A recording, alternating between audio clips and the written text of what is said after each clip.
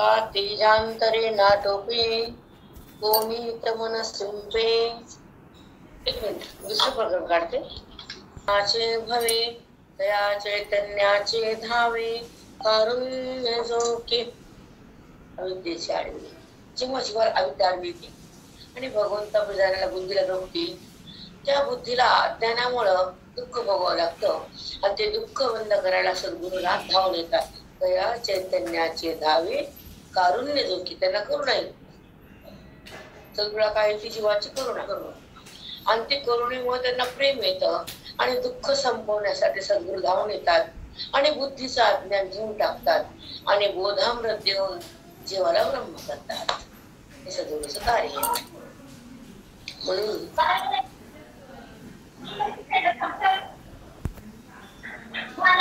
अरण्यामध्ये जीवदशेच्या चक्रात जो सापडलेला आहे, अविद्येच्या अरण्यात. सुंदर आहे बरं का ते. अविद्येच्या अरण्यात आणि जीवदशेच्या चक्रात. जीवदशा चक्रात अडकला. चक्रात अडकल्या बाहेर निघता येत नाही. आणि जीवदशेचे सुख दुःख तो भोगत आहे. आधी सांगते दुःख भोगत आहे. त्या जीव चैतन्याच्या करुणेने श्री गुरु आपल्या स्वरूपस्थितीचा त्याग करतात. बघा जे स्वरूपाचे सद्गुरु त्याचा त्याग केला त्यांना करुणामुळे आणि धावत आले जीवास. माऊली कोण आहे? साक्षात परब्रह्म आहेत ना. मग त्यांनी स्वरूपस्थितीचा त्याग करून अवतार घेतला ना खाली. मग ऐका, अविद्यारूपी अरण्यात जो जीव जन्म मरणाचे दुःख भोगत होता, त्याचे जेव्हा श्री गुरु करुणेने धावत येतात, त्याचा स्पष्टार्थ असा आहे की अविद्येच्या अरण्यात आपण अडकलो आहोत. कसं अडकलो ना आपण. आमच्या अवस्था खरंच आहे, सगळ्यांचीच ते असते. पण अविद्येतून बाहेर काढण्याने सद्गुरू मिळाल्यावर मग ते अविद्या काय करत नाही. आता ऐका, स्थित चेतन म्हणजे आत्मा. स्थित चेतन नीट ऐका, खूप शब्द गुरुजींच्या मुखात येते. स्थित चेतन म्हणजे आत्मा. जे ज्या ठिकाणी आहे तिथेच हालचाल नाही, व्यवहार नाही, तर त्याला म्हणायचं स्थित. एका जागी व्यापक ससंवेद सदा असणार त्याला स्थित म्हणतात. आता ह्यांचं हे घर आहे, घरात राहतात, कुठं बाहेर राहतात का? मग एका ठिकाणी असलेलं न हालचाल करणार जे चेतन आहे त्याला आत्मा म्हणतात. फिरते चेतन त्याला जीव म्हणतात. फिरतात ते मृत्यू लोकात, स्वर्ग लोकात, नर्क लोकात. एका ठिकाणी बसतं कधी कर्म करते, त्या कर्मानुसार त्याला देह धारण होतं. एका ठिकाणी राहते कधी. आगाव कर्म केले की नर्क, चांगले केले की स्वर्ग. फिरतच की होत आहे. फिरतं चेतन जीव. आणि जीवाला फिरण्यात अतिश्रम होतात, कष्ट. तुम्ही फिरा ना, कसं होतं बैल आहे गुरुल गुरु ते म्हणते चला मा आता घरला बस झालं हिंडायचं. 2-4 दिवस बरं वाटतंय. हा बाहेर निघ.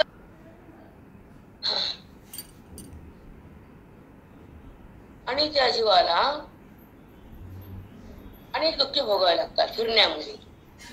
आता दुःखाची आठवण असते त्याला मुमुक्षु म्हणावे. मस्त वाटते त्या दुःखाची आठवण आहे. नको आता हे दुःख, नको देहभाव. अमृताचा टप्पा. देहभावात दुःख होतं, आत्मभावात सुखाचाच अनुभव सतत राहतो. दुःख यायचंय पूर्ण आणि दुःखाला वेळ नाही, दुःखाला शिवतच नाही. दुःख विरहित दशा म्हणजे ज्ञानी आणि दुःख भोगणं अज्ञानी. देहभाव जिवंत ठेवणं आणि दुःखामध्ये रमणं, प्रारब्धाला धरणं आणि विचित्र वागणं जीव संसारी. हो का? धड ज्ञान बी नाही, धड अज्ञान बी नाही. थोडं थोडं कळते, थोडं थोडं देव बरा वाटते, थोडं थोडं समजलं काय राहते. हे बी पूर्ण नाही, भक्ती बी नाही, कर्म बी नाही, ज्ञान बी नाही, कुठंच नेट नाही, कुठंच नेट नाही. चौथाच नीट करत कधी काही करताच येत नाही. त्याला हातातच नाही संसार नीट करायचा. एवढा बेवडा असला तेच बघावं लागते. आता काय काहीच नाही. मग दुःखाची आठवण येते मुमुक्षू. ते म्हणतो मला अज्ञानात राहायचंच नाही, दुःख भोगायचंच नाही, देहावर यायचंच नाही, आणि मी कोण आहे जाणण्याशिवाय जगायचंच नाही. 4 वाक्य महत्वाचे आहे. त्याला कळतंय की जन्मानंतर ज्या स्वरूपाची जागृती करून परमात्म्याची स्थिती भोगून अनात्म्याला निवृत्त करणं हा माझा धर्म आहे म्हणतो तो. त्याची हीच पूजा आहे. मुमुक्षूची खरी पूजा देहभावाला तिलांजली देणं, जडाचा बात करून देणं, परमेश्वराचा स्पर्श होणं आणि स्वानुभव येणं हा मुमुक्षूचा पाना आहे. तो सोडतच नाही आत्मभाव भोगल्याशिवाय. तो चिंतन टाकीतच नाही. आपल्या कशी जागाली 4-10 मिनिटात आली गेली. देवाला बघ ना, देवाला काय बघते, कुतीली घाण असती. मी खूप दुःखदायक आहे बेटा हे. देहाचा संबंध ठेवणार मन आणि देहाचा स्पर्श होणं आणि विकारात राहणं, आत्मबोध न मिळणं आणि अविद्येमध्ये जगणं, विकार उत्पन्न होणं, विषयाचे ओढ होणं, इंद्रियाचा संबंध करणं आणि आत्मभावातून बाहेर येणं. आत्मभाव माहितच नाही, देहभाव टाकला नाही म्हणून. देहभाव सोडताना ज्ञान लागतं. आत्मभाव प्रकट करताना गुरुचा आशीर्वाद लागतो. आणि माझं स्वरूप मी आहे असं कळताना बुद्धीला खूप पुण्य लागतं. मी कोण आहे? जर मी देह नाही तर जडाचा आणि बुद्धीचा संयोग नसतो, वियोग असतो. नीट ऐका. श्रवणाच्या माध्यमातून बुद्धीची जागृती होती आणि ज्ञानाची शक्ती आत येते आणि देहाचा आणि बुद्धीचा वियोग होतो. जी बुद्धी म्हणजे जीव प्रमाता, त्याला स्वतःचा शोध घ्या वाटतो. जेव्हा प्रमाता शोधासाठी श्रवणात येतो आणि स्वतःला जाणू लागतो, वेदाचं ज्ञान घेतो आणि समाधान येतं, तेव्हा ते सुख त्याला आवडतं. ते सुख आत्मत्वाचं असतं. न की जगताचं, न विषयाचं, न देहाचं, न नात्याचं, न संपत्तीचं, न इंद्रियाचं. तिलांजली देतो सुखाला. इंद्रियाच्या सुखाला पाणी टाकतो, देहभावाला सोडून देतो, परमात्म्याला जाणून घेतो, जगताचं भान संपून टाकतो आणि आत्मभान जाग करतो. तो मुमुक्षु मुक्त होतो. स्पर्श नसतो, इथे विकार उठत नाही. तो आत्मबोधात असतो. अविद्येची नाश पावते. आत्मभावातून बाहेर येण्यासाठी आणि देहभाव सोडण्यासाठी तो श्रवणामध्ये येतो. गुरुच्या आशीर्वादाने देहभाव सुटतो. मी कोण कळालं तर जडाचा आणि बुद्धीचा वियोग होतो. ज्ञानाच्या शक्तीनं स्वचा शोध श्रवणामध्ये सुरू होतो. वेदाच्या ज्ञानानं समाधान मिळतं. ते सुख आत्मत्वाचं असतं. खोटं सुख नसतं. ते इंद्रियाचं, विकाराचं, वृत्तीचं, विषयाचं ते सुख नसतं. त्या खोट्या सुखाला, भौतिक सुखाला, विषय सुखाला तो तिलांजली देतो. देहभावाला टाकतो. परमात्म्याला जाणतो. जगत भान सोडतो. देहभान टाकून आत्मभान जागृत करतो. तो मुमुक्षु असतो. फार वाईट वाटते ह्या अवस्थेचा की जीव जन्मतो तर काही माम होतो. हे पाहिजे, ते पाहिजे, ते पाहिजे, पण आत्मसुख पाहिजे का कळत नाही. मूर्खपणा या बुद्धीचा. जेव्हा ती खरं सुख फेकती आणि खोटं सुख बघती, अत्यंत पापाची अवस्था असते हृदयाची. हे पाहिजे, ते पाहिजे, हे माझं, तुझं काहीच नसतं. तू भगवंत आहेस, तुला कुणाचाही संबंध नाही. पण संबंध त्या बुद्धीने वाढवला, कारण त्या बुद्धीला भगवंत माहित नसत. ती स्वतःला ओळखत नसती आणि ती देहाला बांधलेली घट्ट बुद्धी विषयासाठी जगत असते. वासना तिथे मुरलेली असते आणि चित्त ते दुःखी असतं. हृदयात परमात्मा असताना ती जगताकडे जाती आणि स्वतःची ओळख टाकून खोट्याची ओळख होती. तेव्हा ती बुद्धी विनाशाकडे येते. सुख आहे आणि देहाच्या ओळखीत दुःख आहे आणि विषयात ओळखीत पाप आहे.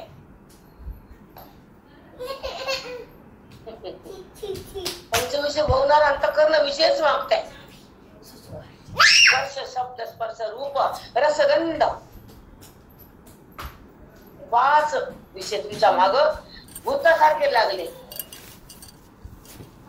आणि त्या भोगण्यासाठी तुमचं मन पागल बनलंय. पण साधूच्या संगतीमध्ये हे 5 विषय बाजूला गेले आणि बुद्धीला तो परमात्म्याची ओढ लागली.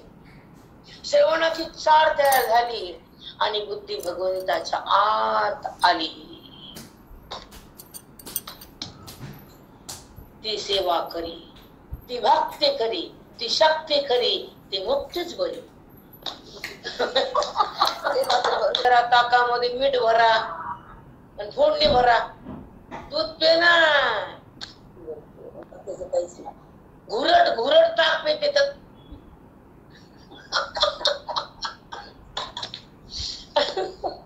अवघड करे. ताकाची येडी म्हणजे संसारी.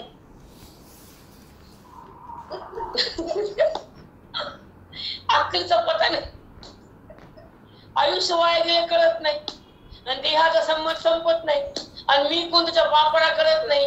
तिचा अज्ञान ती टाकत नाही आणि भवऱ्यामध्ये आल्याशिवाय ते थांबत नाही. मग भवऱ्या तिथे मरताना तिला कुणीच काढत नाही चक्रात.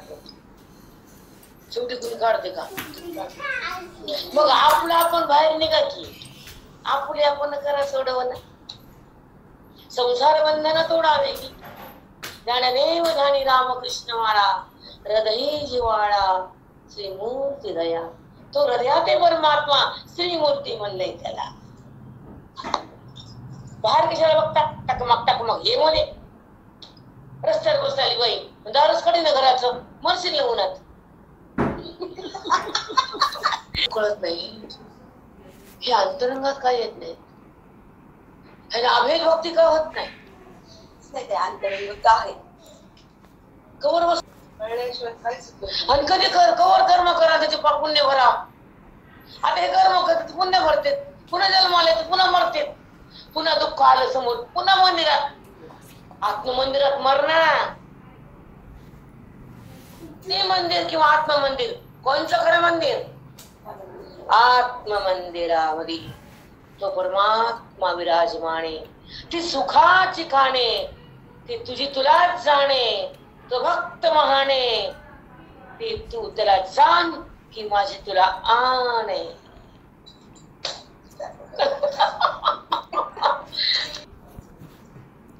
भेटत का? फार कमी. महाराज म्हणाय काका म्हणायचे हिऱ्याचं दुकान दारू मध्ये का? दिल्ली चेन्नई बंगलोर दारू मध्ये. अजून पुढचं आहे का? पालक मिरची अशी हिरे दुकान गाडा येत रस्ता. गाडा कुठे येतो? पालक भाजीवाला आणि हिरा दारू येते. तसं ज्ञानाचा हिरा हे कुणाला मिळत नाही. तसं पूर्ण पुण्या पाठ आहे. तुझं ज्ञान घनदाट आहे. पुरे पुण्य अफाट, ज्ञान घनदाट. फक्त तो तिला कळतो बुद्धीला. ती अन्य जाणतच नाही बुद्धी. ती म्हणते अन्न खोट्याला जाणून धरून काय करू? दुःखच भोगावं लागते. ती म्हणते खोट्याकडे नगच. कारण खोटं दुःख देतं. देह खोटा, जगत खोट, विषय खोटे, इंद्रिय खोटे आणि विषयाचं सुख तर लई खोट. कारण पागल बनवत मनाला. विषय सुख देत नाही तुम्हाला, फक्त भ्रम. ह्याच्यातून सुख होईल हा भ्रम आहे. सुख फक्त आत्मचिंतनातून प्रगट होत. न पोरातून न घरातून. नीट सावध व्हा. क्षणभर बरं वाटतं, पुन्हा दुःख सुरू होत. कोणतं तुम्हाला सुख टिकते? नाही. टिकणारं सुख आत्मसुख, न संपणारं सुख आत्मसुख. जे आपल्याशी अभिन्न आहे ते आत्मसुख. जे आपल्याहून भिन्न होत सुख. लक्षात ठेवा. ज्या वृत्तीच्या द्वारे जे सुख भोगल्या जातं त्या विद्याकृत असतं आणि ते भ्रमजन्य सुख असतं. ते सुखाचा भास असतो. तिथे केवळ दुःख असतं, त्याचं नाव संसारातलं सुख. खरं सुख नाही. मग जेव्हा बुद्धी त्या सुखासाठी वेडी बनती आणि हे घे पाहिजे, ते पाहिजे, ते पाहिजे, ते पाहिजे, कुणाला? बुद्धीला, मनाला. पण कितीही काही जर मिळालं तर झोपेची गोळीच घ्यावी लागते. कर्मावर चित्त ठेवणं आणि कर्माच्या फुलासाठी तगमग करणं आणि कर्माचा कर्ता बनणं आणि भगवंतापासून बुद्धीने दूर फिरणं. डस्टबिन मी केलं हे संस्कार, माझा देह हे संस्कार, आणि जगत खरं ही घाण. खरं काय? जगत का काय जातं? प्रलयामध्ये काय जातं?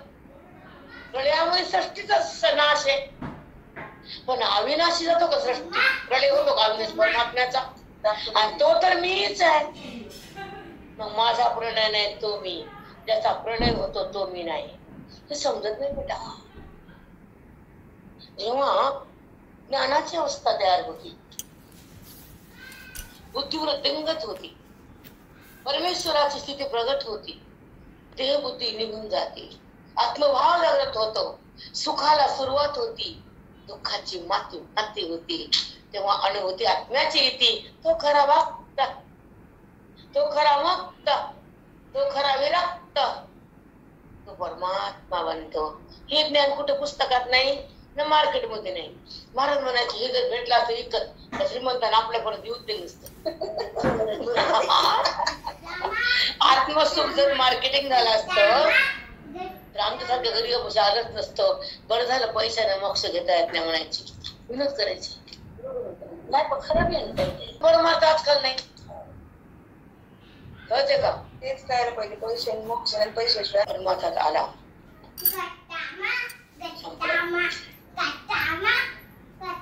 संपलं नाही. अजन्म मठामध्ये आम्ही चिंतन केलं, पण पैशाचा बाजार कधीच भरला नाही. आयुष्य घातले आम्ही, उगच नाही. पण तू कधीच विषय पैशासाठी परमार्थात आमच्या मठामध्ये विचार कदा नाही. गोगोष्टीमाचा कार्यक्रम व्हायचा, कीर्तन व्हायचे, सप्ते व्हायचे. एकदा यज्ञ झाला, माझ्या मी नवीन होते. ऐका खूप सुंदर आहे. 2 मिनिट सांगते. पुत्र होतो ज्या बुद्धीला, हर जीवाला बोधपुत्र होतो. हर जीवाला, हर अंतःकरणामध्ये तो जन्मतो. पण केव्हा? ममता म्हातारी मेली तेव्हा बोधपुत्र झाला. मेली जेव्हा बोधपुत्र झाला तेव्हा. ममता मेली, मोह, तर तो जन्मतो भगवत भाव. तो पुत्र खरा आहे. तो पुत्र तुम्हाला मोक्ष देतो. हे पुत्र काय देईल माहित नसतो. आ करून बसत नका. आ करायचं करायचं पाणी लोणी गेला अमेरिकेत निघून, तुला पाणी टाकणार कोण नाही. मर त्या कार्य शिक्षणाचा त्याला काय मिळाले की पेटून ते करून घ्या, उरकून घ्या. तो नसते त्याला संसारिक म्हणावे, आणि ज्याला दुःखाची आठवण असते त्याला मोक्ष म्हणावे. संसारात प्रत्येकावर पुष्कळ वेळा अनेक अडचणी येत नाहीत का? पण माया त्याचा विसर पाडते. मग माणूस विसरतो, पुन्हा नाचतो. जीवाला दुःख होणे हे स्वाभाविक आहे, आणि दुःखी चैतन्य म्हणजे जीव. दुःखी चैतन्य म्हणजे जीव. लय मस्त आहे. सगळी भाषा गुरुजींची. आता तो जीव अविद्यारूपी घोर अरण्यात, तो जीव अविद्येच्या अरण्यामध्ये फिरायला आणि सुख हुडकायला हुडकत आहेत ना. अविद्येच्या अरण्यात सुख कुठे भेटत? ब्रह्मज्ञानाच्या श्रवणात सुख आपोआप मिळतं. ते आपल्या प्रत्येक खूप छान वाटतं. चिंतनात आम्हाला आधार मिळतो. पाठ नसला की बाता येड्या होतात. येड्या बंद होतो, आत्माराम प्रगट होतो, आणि त्या सुखाचा आविर्भाव जागा होतो, आणि बुद्धीमध्ये ईश्वराचं प्रगटीकरण होतं. तेव्हा ब्रह्म स्वराज्य सुख त्या बुद्धीला बघता येतं. मग ती दुःखाकडे जात नाही, ती प्रारब्धाला भोगत नाही, ती ईश्वरातून निघत नाही, त्याला म्हणतात श्रवणाचं ज्ञान. आता रामाची सीता किती ऐकतीस, पुढे सरक की कधी वाले पुन्हा पुन्हा काय तेच, पुन्हा पुन्हा काय तेच. मग त्याच्या पुढे ज्ञान आहे. रामाची सीता ओळखायची भक्ती आहे आणि राम व्हायचं मुक्ती आहे. त्यांना फक्त सीताच माहिती आहे लोकांना. सीता म्हणजे कोण, राम म्हणजे कोण सांगा बरं. ते कळत नाही होत. हे ब्रह्मन माया कुठं समजतं मग. कळत नाही म्हणून जीवाच्या लाया त्यांच्या. खरे का खोटे. आणि जेव्हा आत्मचिंतनामध्ये बुद्धीचा प्रवेश होतो आणि वेदांताचा पाऊस हृदयात येतो, तो परमात्मा त्या बुद्धीमध्ये प्रगट होतो आणि बुद्धी ब्रह्मत्वपदावर येते आणि आपल्या सुखासोबत रंगून जाते. व्यवहार कसा झाला, कुणी केला तिला माहित नाही, कारण ती व्यवहारात नाही, तो ज्ञानी.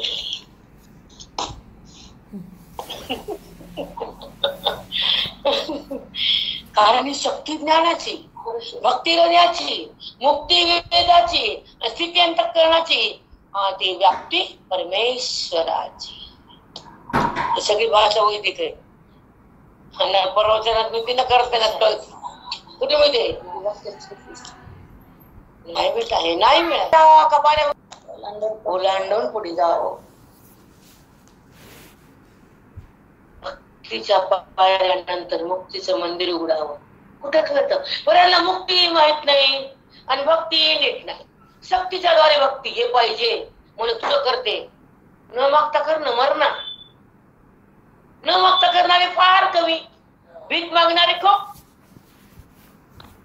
फक्त दैव मागायसाठी आले आणि प्रतिभा दही द्या. आता एकदा दिलं ती होती काय लावलं इथं तू संपलं. ती रोज भांड घेऊन येईल.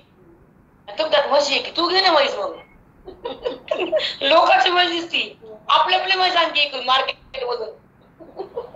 कळालं का. कशाला यायचं, मागायला. तशी गर्दी मागायला, जाणायला नाही.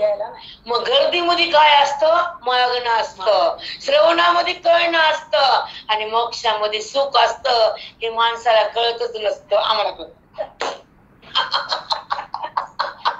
गर्दी कुणाची आहे, देव. फक्त बुद्धी भेट मागती नाही. मरे आयुष्यामध्ये किती विषय बघणार, किती संसार करणार.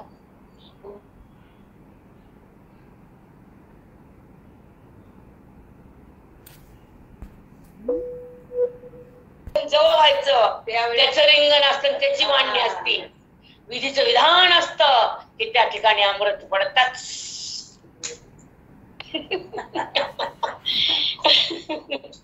त्या वास्तू ते ज्ञानासह तिथं आपण झोपणं शांत, ही सगळी दशा बदलते. मुक्तीच्या नंतर जी भक्ती आहे हृदयाची, ती खरी आत्मस्थिती. मुक्त झालं म्हणजे काय झालं, जीव आणि शिवाची एकता झाली. जी देहाची आणि बुद्धीची एकता असते तिथे द्वैत असत. ऐका, बुद्धीची आणि देहाची एकता. मग देह म्हणजे खरंय का. मग जी बुद्धी देहाकडे येते आणि ती जडरूप होती, देहाकडे येते आणि घाण होती, मरे म्हणजे खोट्याला पाहते तर दुःखच करून घेते. पण खोट्याला सोडण्यासाठी श्रवणात जाते आणि सुखरूप होते. पण खोटं आणि खरं हे तिला कळत नाही ना. तिला खरं कळत नाही, खोटं कळत नाही.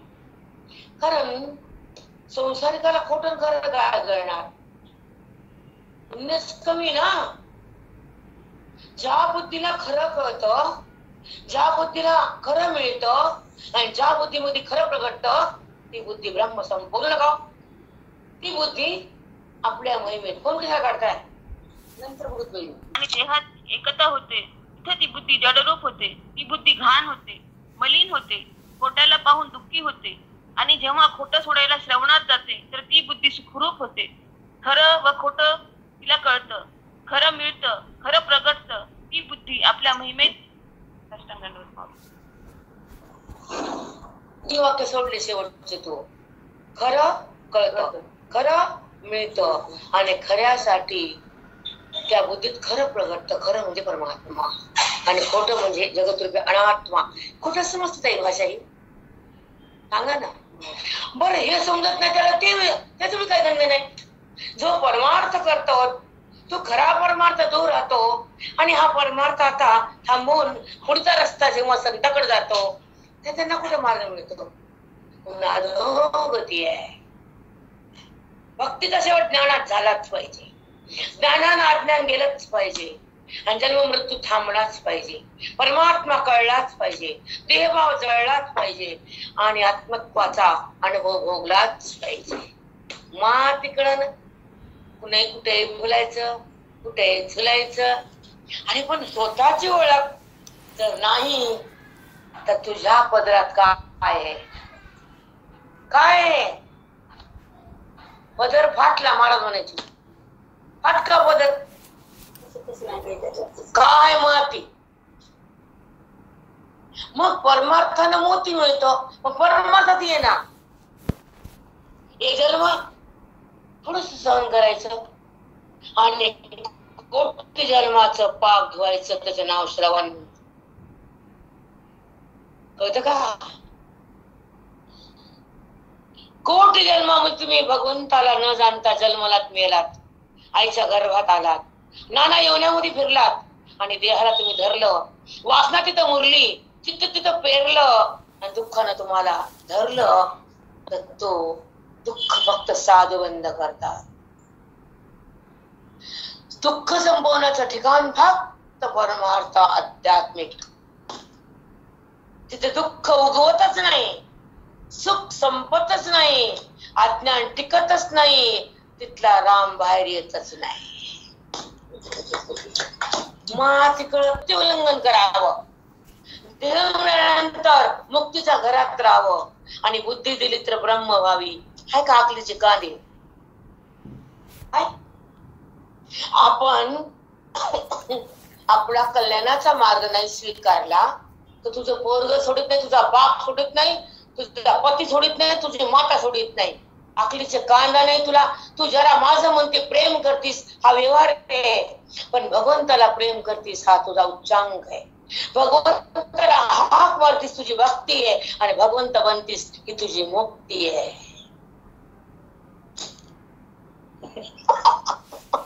उल्लंघन करावं, मुक्तीच्या घरात जावं, ब्रह्मभावात राहावं, भगवंत होणं ही मुक्ती. हे 2-3 वाक्य केले म्हणून. तुला पाहणं डोळ्याचा संबंध आहे. डोळा दाखवतो भगवंताला, पण जर भगवंत प्रगाठला बुद्धीमध्ये हृदयामध्ये तर पाहायचं का व्हायचं?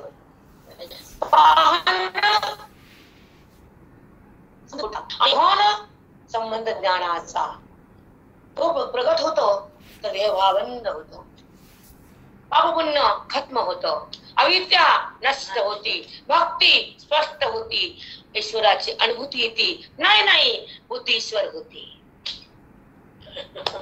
ही ज्ञानाची कळत तो वेदांत. खोट्याला खरं म्हणत तो संसार आणि खोट्यासाठी जो जगतो तो पापी. विषय भोगतो, देहाला बघतो, गुरगुर करतो, वासनात जातो, जगाला पाहतो, अज्ञानात राहतो, वचवच करतो आणि पचपच बोलतो.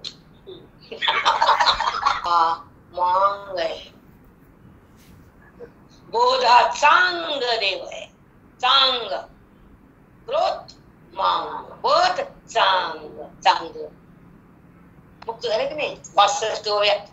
मग चांग देव बन की बडबड बोलायला काय झालं? काय ते उठल्यापासून झोपत वा वा वा वा कबड बघत नाही. ते वाय वाय वाय करण्याचं वाईट वाटत आहे. केवळ तमाचा पुतळा. अग्नी त्याच वाणी म्हणजे अग्नी आहे. ते जरा लागलं ते पेटतो माणूस. किती त्रास असेल त्या लोकाला, तर ती म्हणते चांगलंच आहे. तू बी अग्नी ते बी अग्नीचं पिल्लू. खान सगळं सत्वगुणामध्ये जे पाऊल पडतं तर पुण्य उगवत. रजोगुणाचं उत्थान होत तर संसाराची क्रिया होती. आणि तमोगुण उगवत तर बुद्धी वाटल्या जाते. हे कळत नाही. तीर्थात जातात तर हे कळून घेऊ नये की तमोगुणानं वाटलेलं मन भगवंतापाशी टिकत नाही, भगवंताकडे जातच नाही. म्हणून तमोगुणाचा विचार होऊ नये मनाला. इतकं तरी शिकवा ना बुद्धीला. मग ती आखलीचा पता नाही. तमोगुण नसावा बेटा. त्या तमानं लोकाला हाकार करतो. मग कारण तमातले लोक सगळ्याला तमच दाखवतात स्वतःतला. फार कठीण आहे. कारण तम नसावा आणि सत्ववंदन व्हावा, रसक्रियेपुरते असावा आणि बुद्धीने भगवंताकडे जावं. कुणाला सोडावं, कुणाला बाजूला टाकावं, वृत्तीला स्वच्छ धुवावं, श्रवणामध्ये येऊन बसावं आणि मुक्तीला भोगावं. त्याला ज्ञानी म्हणावं. त्याचं जीवन धन्य होतं, त्याचं मन राम होतं, त्याचा देहभाव जळून जातो, त्याला परमात्मा प्राप्त होतो. तो जीवन मुक्त स्थितीत जातो. तर मन बुद्धीला विटाळ होत. मला काय करायचं करा, आमचं काम सांगायचं. बुद्धी बाटलेली असती, पुन्हा पेटलेली असती आणि पुन्हा सरकलेली असती ईश्वरापासून. मग तुम्हाला एक सांगते बेटा, तमोगुण काय ऐका. हे काय का, अत्यंत पाप, अत्यंत तम, अत्यंत पुण्य, अत्यंत सत्व. कुणाची मयाच, कुणाची दयाच, कुणालाही ते आवडणं आणि ज्ञानामध्ये येणं, संताकडे जाणं, सेवा करणं, अनुभवासंग राहणं, देहातून निघणं, वेदांताकडे जाणं, सतरूप होणं, ववीचं ज्ञान प्राशन करणं, भगवत भाव जागा करणं, ईश्वरात अनुसंधान राखणं, परमात्म्याची ओळख करणं आणि परमात्म्याला बुद्धीनं बांधून घेणं. तो ज्ञानी असतो, तो सत्वशील असतो, तो विटाळत नसतो, तो पवित्र असतो. म्हणून सत्वगुण पवित्र करतो आणि तमोगुण तुम्हाला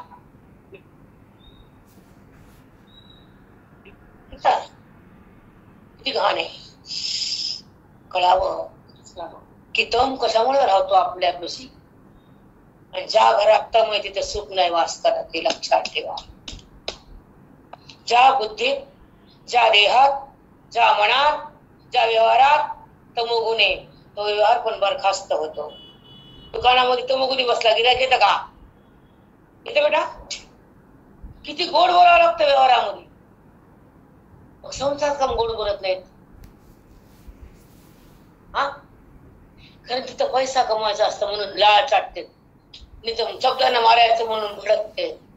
एकाच माणसाचे दोन नाटकं, माणूस नाटक दोन.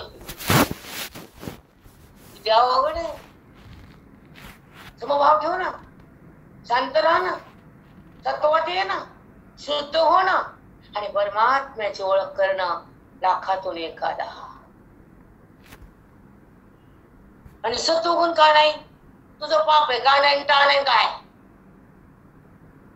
जेव्हा जेव्हा तम येतो, वाणी उघडली की भाडकून भडका. अरे शांत बोल, साध बोल, सरळ बोल.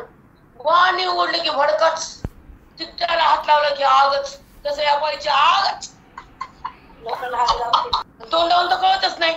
छान दिसते, अगं मध्ये आग आहे, तिखट आहे, तिखट ते काढ. लय नाटक दिसते, लय फिरते मी, लय कळतं मला.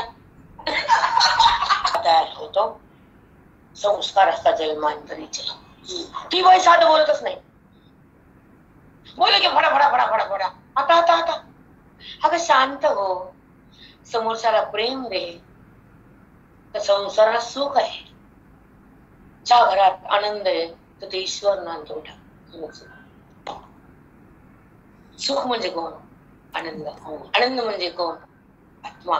आत्मा म्हणजे कोण? परमात्मा. मग त्याच तिथं जागृत होतो, तो अशांत कधीच होत नाही. हे पण कळत नाही. म्हणून बाईनं तोंड बंद ठेवत जा, हे लक्षात ठेवत जा. कामापुरतच बोलायचं, जास्त बकबक करायचीच नाही. कारण बाई हो त्याग होत नाही, तिच्यामध्ये त्याग नाही, तिच्यामध्ये शुद्धता नाही, तिच्यामध्ये प्रेम नाही, तिच्यामध्ये भेद जात नाही, आणि ती भगवंताला जाणत नाही त्यावर ती शांत होत नाही. भगवंताला पाहणं ती शांती नाही, भगवंत होणं शांती. ती म्हणती पाहते की उपकार करते काय, जगाला पाहती देवाला पाहती, दोन्ही पाहणं सारखंच. कारण दोन्ही दाखवणार त्रिपुटीच आहे, आणि त्रिपुटी खोटी आहे आणि दिसणार खोट आहे. चल बस, चल बस, रिकामी बघ बघ, खरे का खोट आहे. ही भाषा वैदिक आहे, संसार काय कळत नाही. त्रिपुटीच्या माध्यमातून दाखवणार देव असो का जगत असो, भाग दाखवणार त्रिपुटीचे, आणि त्रिपुटी अविद्या कार्याचे, आणि अविद्या जर खोटी आहे तर त्रिपुटी खरी असतात, आणि त्रिपुटी जर खोटी असेल, त्रिपुटीच्या माध्यमातून ते होणार ज्ञान खरं असेल. त्याला वेदांताचा पाया पक्का लागतो. एकाच ठिकाणी बसायचं, कुणी काय माहित नाही, आणि चलताना बघावं लागतं इकडे काय तिकडे काय तिकडे काय, तर तुमची गाडी स्कूटी नाही तर पडती आडवी. तसं कळत नाही की परमार्था टप्प्याटप्प्याने पुढे जावं लागतं. कळतं का बुद्धीला? तिथंच वाया बसतात एकाच ठिकाणी. कर्म केली की कर्मातच, भक्ती केली भक्तीतच, विकार केला की विकारातच. पुढे काय जात? संताशिवाय कसं जात आहे पुढं? आणि उद्धार कोण करतात? संत. पुढे कळत आहे उद्धार कोण करतात? संत आणि ग्रंथ. संताच्या संगतीत मन शांत, मग तर पडते. जीवाला दुःख होणे हे स्वाभाविक आहे, कारण दुःखी चैतन्य म्हणजे जीव. तो जीव अविद्यारूपी घोर अरण्यात दुःख भोगत होता. अविद्येच्या अरण्यात दुःख भोगतो, फिरत होता फिरत. म्हणून तर मनुष्याने वारकरी व्हावे, कारण वारकरी झाला म्हणजे काय होते ते तुकाराम महाराज सांगतात. ऐका. नासे जीवपणा भवरोग, नासे जीवपणा भवरोग. जीवभाव संपतो, आत्मभाव जागा होतो, देहाचा संबंध जातो, आणि बुद्धीमध्ये ईश्वराचा प्रवेश होतो. तो परमात्मा आपल्या हृदयापाशी प्रगट होतो. तेव्हा तो मी आहे असा अनुभव येतो. मग विषयाचा जगताचा देहाचा संबंध जातो, तो स्वतः परमात्मा होतो. अन्य परमात्म्याकडे जायची गरज होत नाही. हे आमच्या ज्ञानाचं फल आहे. कळालं का प्रेम? बरोबर. नासे जीवपणा. जसं दूध नासलं तर ते फुटर फुटर बनतं, पाणी अलग नाचतं, ते फेकून द्यावं लागतं. तशी बुद्धी जेव्हा नाचती वितळती देहाकडे येते, ती भगवंताकडे जात नाही, वाया गेली ना. दूध तापवलं नाही, नाचलं, वाया गेलं. तसं बुद्धी नाचली, वाया गेली. नासे जीवपणा भवरोग. तुकोबारांचं चिंतन आहे, तुमचं बी नाही आमचं बी नाही. मग पुढचं ऐका. वारकरी झाला म्हणजे तो श्रीमंत होत नाही, सुखी होत नाही, तर त्याचा जीवपणा जात असतो. अज्ञानावर वार करणं तो वारकरी. सार गोष्ट अविद्यारूपी अरण्यात अनादिकालापासून जीवपणाचे दुःख भोगीत फिरणारा जीव चैतन्याकरता श्री गुरी करुणेने धावत आले. अविद्यारूपी अरण्यात दुःख भोगणाऱ्या जीवासाठी चैतन्य रूप श्री गुरु धावून आले, आणि त्या अविद्येतून जीवाला बाहेर काढला अरण्यातून. अरण्य म्हणजे जन्म मृत्यूच्या अरण्यात फिरायला. ह्याच्यातून सुख मिळेल, त्याच्यातून सुख मिळेल, ह्या जन्मात सुख मिळेल, त्या जन्मात सुख मिळेल. कुत्र व्हा, मांजर व्हा, डुकर व्हा, काय सुख. मनुष्य होणी मिळाली तिथे मी दुःख. मनुष्य देहामध्ये फक्त आत्मसुखाची उत्पत्ती करायची. न तुला संतती सुख देणार, न तुला संपत्ती सुख देणार. हे कोरून ठेवायचं इथं स्त्रियांना. ज्याच्याकडे बुद्धीला पाठवलं तिथं भगवंत असावा, त्या बुद्धीला तो कळावा, आणि ती बुद्धी भगवंतात मिळावी, त्याला ज्ञानी म्हणावं. कुणालाही माझं म्हणून सुख मिळत नाही, पण त्याला ओळखल्यावर दुःख होत नाही. ही आमच्या प्रक्रिया ज्ञानाची, बैठक बोधाची, स्थिती अनुभवाची, प्राप्ती पांडुरंगाची. कशा कोठ्या येतात एकामागे एकामागे थांबते का व्यक्ती, मन एक सेकंद धावत नाही, वाक्य रचना करायला वेळ नसती, हट हट तुझी आत्मा परमात्मा बनतो. हीच खरी परमात्माची योग्य बैठक आहे. नाहीतर बैठक नाही, घडी बसत नाही मोक्षाची. तिकडून पोरावाले, इकडून पोरीवाले. पोरग म्हणतो पोरगी बसत नाही, बैठक मोडली. करे का कोठे तिकडे पोरावाले. आजकालचं बोलणं पहिले बोलाय, आजकाल तर पाय पडायला लागलं पुरींच्या.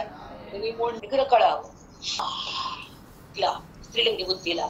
जगत कळणं वेगळं, नातं कळणं वेगळं, पण परमात्मा कळणं वेगळं. नातं कळायला दुःख आहे आणि तो कळल्यावर सुख आहे. समजून घ्या आता बाकीचं. नात्यात सुख आहे का? कदापि नाही. जास्त आशा करायचीच नाही. खाली वरी होतच पारड. सदा सुख बी नाही, सदा दुःख बी नाही. कधी सुख कधी दुःख, कधी सुख कधी दुःख. पण सदा सुख म्हणजे मोक्ष, आणि कधी सुख आणि कधी दुःख म्हणजे संसार. सांगा चुकलं थांबते.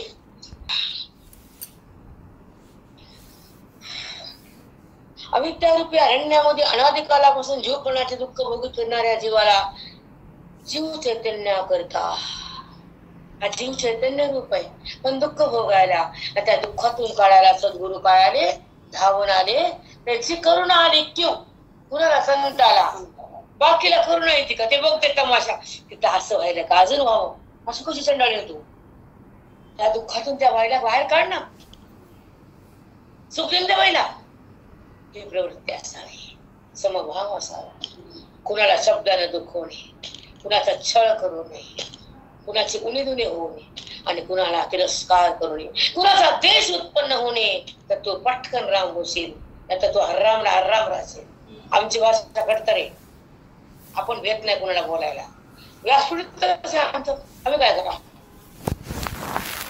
कशाला दोषाला का मी द्यावं, नाही. म्हणून त्या अविद्यारूपी जीव चैतन्याला दुःख भोगताना त्या संताला करुणा आली, ते धावत आले.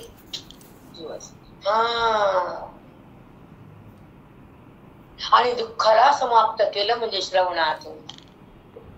बोधान अविद्या मरून जाती, ब्रह्मविद्या बुद्धीमध्ये प्रगल्भ होती, आणि त्या बुद्धीला ईश्वराची स्थिती प्राप्त होती. त्याचं नाम मोक्ष.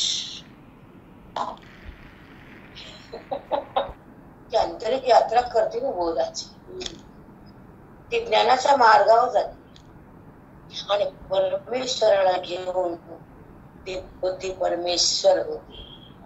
ती पुन्हा देहाकडे यायला उरतच नव्हती. जडाला ती शिवतच नाही, बोधातून ती निघतच नाही, विकार तिथं होतच नाही, भ्रमात ती जातच नाही, देहाला माझा म्हणतच नाही, कारण ती ब्रह्म झाली, ती स्वरूपात आली, ती अभिन्न झाली, ती ईश्वरात तल्लीन झाली, ती बोधात विगरून गेली.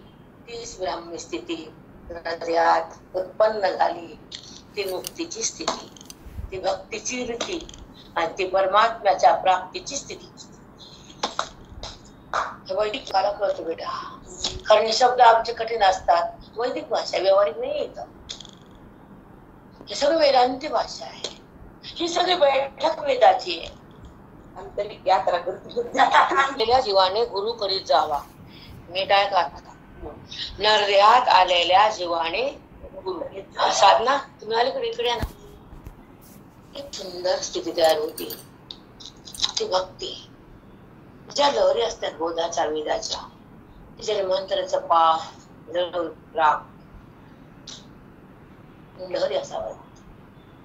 आता म्हणायला बघा, आता रोज आहे की गुरु करीत जावा. मला ऐका पुढं, कोणत्याही जीवाला गुरु करता येत नाही. नरदेहातल्या जीवाला गुरु करता येईल. मांजर बी जीवच आहे. गेली का गुरुकडे पूजा करायला आणि गुरुला हार घातला का? मांजरीनं. मनुष्य देहातल्या जीवालाच गुरु करता येतो. पण जीव नरदेहात आला तर तो बायको करता धावतो. बायको याची नसते तर त्याच्या ऐश्वर्याची असते.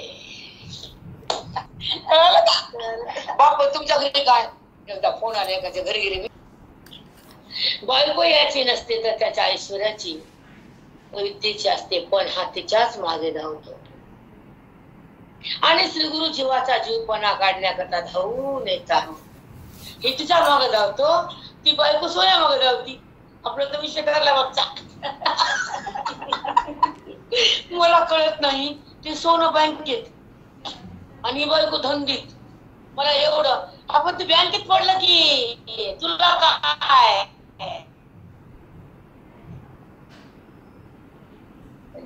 फक्त त्याचा माज आहे तुला. मला एवढे सांगू तुला ज्ञान केवढे. किती आनंदाची असाव, प्राप्ती परमात्म्याची असाव, निवृत्ती देवभावाची असाव. तुला पुढे वाटणे 3, 4, 5, 8 अत्यंत महत्वाचा आहे. ज्ञान अति सुंदर आहे, संत अति सुंदर आहे. ते तुम्हाला सुख देतात, नाते दुःख देतात, कुठे असू दे. फक्त स्वार्थ म्हणजे नातं, फक्त क्यू म्हणजे परमार्थ. हे जीवाचा उद्धार व्हावा, बुद्धीचा ज्ञान जावं, देहाचं भान जावं, हे संतापाशी असतंय. प्रत्येक जीव देहाकडे का, प्रत्येक बुद्धी अज्ञानात का, प्रत्येक क्षण त्या भगवंतापासून दूर का. एक एक क्षण भगवंताच्या प्राप्तीसाठी खर्च व्हावा. त्या क्षणामध्ये तो ओळखावा. कोणता क्षण असा येईल की तो क्षण भगवंताकडे मला नाही, असं कधीतरी वाटतंय का? कळत आखलीचा पताच नाही. फुल व्हायला हा तिथे गेले हा काय हा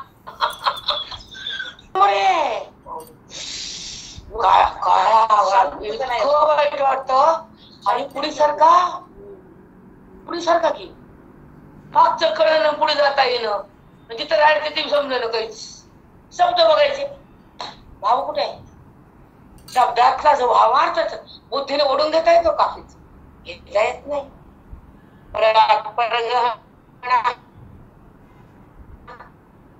सूत्र मध्ये आहे बघा. तिला सांग बरं, एकच शब्द सांग, जास्त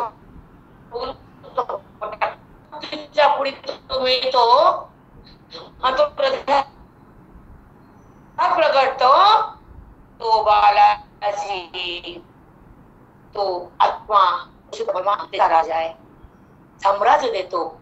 व्यंकटेश आत आत्मरूपाने निवास करतो, त्याला परापर म्हटलं जात. कळत का? म्हणून कळायला संतोष आपण काकडे एक मिनिट आपण घेऊ. आपण काकड्याकडे येतो सुरुवात होती पहिल्यांदा आणि अभिषेक होतो दुसऱ्यांदा. तेव्हा काकडा म्हणत म्हणत भगवंताचं कार्य करतो आपण सकाळी. आरंभी काय झाले? भक्तीला आरंभ झाला, पूजेला आरंभ झाला. भक्तीला आरंभ, पूजेला प्रारंभ. आता आरंभी आदरी आवडी आले नाम, आवडी आले नाम, तेने जगी सकळ सिद्ध पूर्ण झाले काम, पूर्ण झाले काम. राम कृष्ण गोविंद गोपाळा, कृष्ण गोपाळा. तू माय माऊली, तू माय माऊली जगी जीवीचा जिवाळा. तू माय माऊली जगी जीवीचा जिवाळा. तुझी नामे सकळ संदेह फिटला, बाप रखुमा देवी वरून श्री विठ्ठला. राम कृष्ण गोविंद गोपाळा, कृष्ण गोपाळा. राम कृष्ण गोविंद गोपाळा, कृष्ण गोपाळा. तू माय माऊली, तू माय माऊली जगी जीवीचा जिवा. किती सुंदर आहे. याच्यातून सुरुवात होती गुजरातची, नंतर वासुदेव. कामारे तुम्ही अथवा मधुसूदना, तुम्ही वासुदेव वासुदेव म्हणा रे, तुम्ही वासुदेव वासुदेव म्हणा, तुम्ही वासुदेव वासुदेव म्हणा रे, तुम्ही वासुदेव वासुदेव. कणाकणामध्ये अंतरंगामध्ये आत्मस्वरूपाचा जो वास आहे तोच वासुदेव आहे. आता पुढचं सांगते. अहंकार. बाबा अहंकार निशी घनदाट. मी वाटतं ना, माझं वाटतं. त्या बुद्धीमध्ये अहंकार दाटलेला असतो. मी आणि माझं. मी वाटण्यामागं अंधार या ज्ञानाचा आणि अहंकार बुद्धीमध्ये प्रवेश होतो. म्हणून बाबा अहंकार निशी घनदाट, गुरु वचनी उठली पहाट. एक मिनिट. पहाट माता भक्ती भेटली बरवंत. भक्तीच त्याने मार्ग दाविला चोखटला. त्या भक्तीने मार्ग दाखवला ज्ञानाचा. त्याने मार्ग दाविला चोखटला. नरहरी रामा गोविंदा वासुदेवा, नरहरी रामा गोविंदा वासुदेवा. आला शीतळ शांतीचा वार बोधाचा, त्याने सुख जाळे या शरीरा. फिटला पातकांचा थारा, नामा म्हणे केशव कृपाळुगा. तो कृपाळू आहे पण भक्तासाठी कृपा करतो. ज्ञानवंताला ज्ञान देतो, भक्तीचा भेद धुतो आणि जीवाला भगवंत करतो. नामा म्हणे केशव कृपाळुगा, नरहरी रामा गोविंद वासुदेवा, नरहरी रामा गोविंद वासुदेवा. एक बोल सुस्पष्ट बोलावा, वाचे हरी हरी म्हणावा. सत्संग घरावा, जेणे ब्रह्मानंद होय आगवा. कोणता आनंद आहे? ब्रह्मानंद. जेणे ब्रह्मानंद होय आगवा. नरहरी रामा गोविंद वासुदेवा, नरहरी रामा गोविंद वासुदेवा, नरहरी रामा गोविंद वासुदेवा, गोविंद वासुदेव. तो गोविंद आहे, तो बालाजी, तो रमणा आहे, तो वासुदेव आहे. आणि जिथे जिथे वास आहे तो आत्मा आहे. हे ह्याच्यातून कळत आहे. खूप सुंदर काकडा आहे ताई, खूप छान आहे. छान बोलतो. सीता ती मीरा कोंदले, ज्ञान दृष्टी हरपली. दोन्ही नेत्र आंधळी, धर्म जागो सदेवांचा. जो वापर उपकारी, आंधळ्या दृष्टी देतो. त्याचे नाव मी उच्चारी, साधू संत माय बाप. तीही केले कृपादान, पंढरी यात्री नेले. घडले चंद्रभागे स्थान, पुंडलिक वैद्य राजे. एक भाव आहे ब्रह्मभाव, आणि तो जागा असावा. संपत्ती आम्ही लुटली. आता हे देह किती दिवस आहे बघा. हे मन जोपर्यंत सुंदर आहे त्याला भगवंताकडे न्यावं. आणि ते मन जेव्हा थकत, जे मन कुसत दुःख करून तर त्या मनाला त्या ईश्वराकडे जाता येत नाही. हे लक्षात ठेवा. जेव्हा ते मन ताजं असतं, बोधामध्ये नाचत असतं आणि वेदाला धरत असतं, साधूला माझं म्हणत असतं, विद्या अध्यात्म विद्यामध्ये जगत असतं, ते मन राम होत असत. त्या माणसानं करून द्यावं. ते मन ईश्वराकडे राहावं. त्या मनानं स्वतःला पाहावं. स्वतःला पाहणं म्हणजे ब्रह्मज्ञान.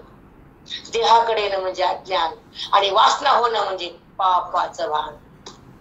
कशाला वासना? वासना एकच, त्याची ओळख. वासना एकच, देहभाव बंद करायचा. वासना एकच, रामाला ओळखायचं. वासना एकच, आत्म स्थितीमध्ये राहायचं. देहभावातून बाहेर यायचं. देहभाव नको देवा. जर प्राण जाताना जर देहभाव उरला तर मला वृत्ती लोकात फिरावं लागल, अधांतरी राहावं लागल, पितरी जावं लागल, पित्राचं पाणी प्यावं लागल, तिळाचं तीर्थ घ्यावं लागल, आणि पिंडामध्ये राहावं लागल. नको देवा. चांगले का ते?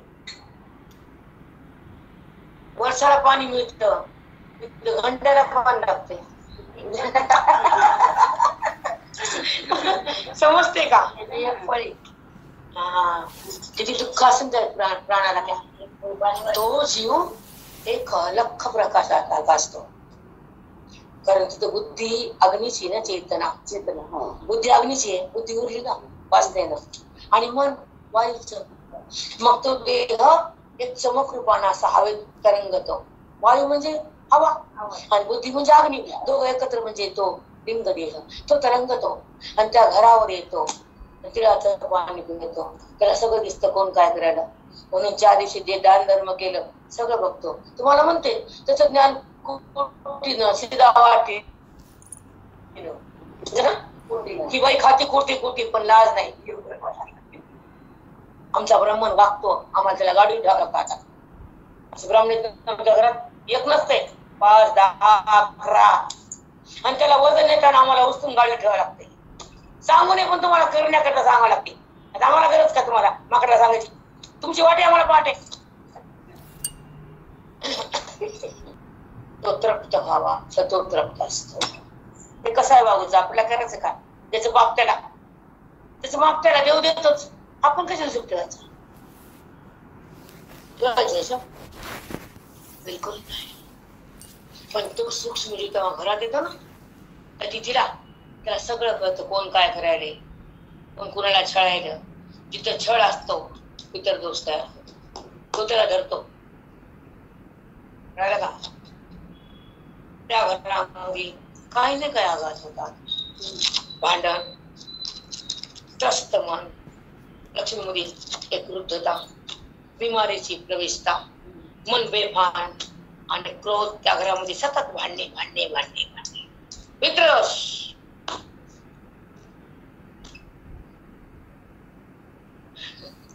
ज्ञानदेव तुका पंढरीनाथ भगवान की जय.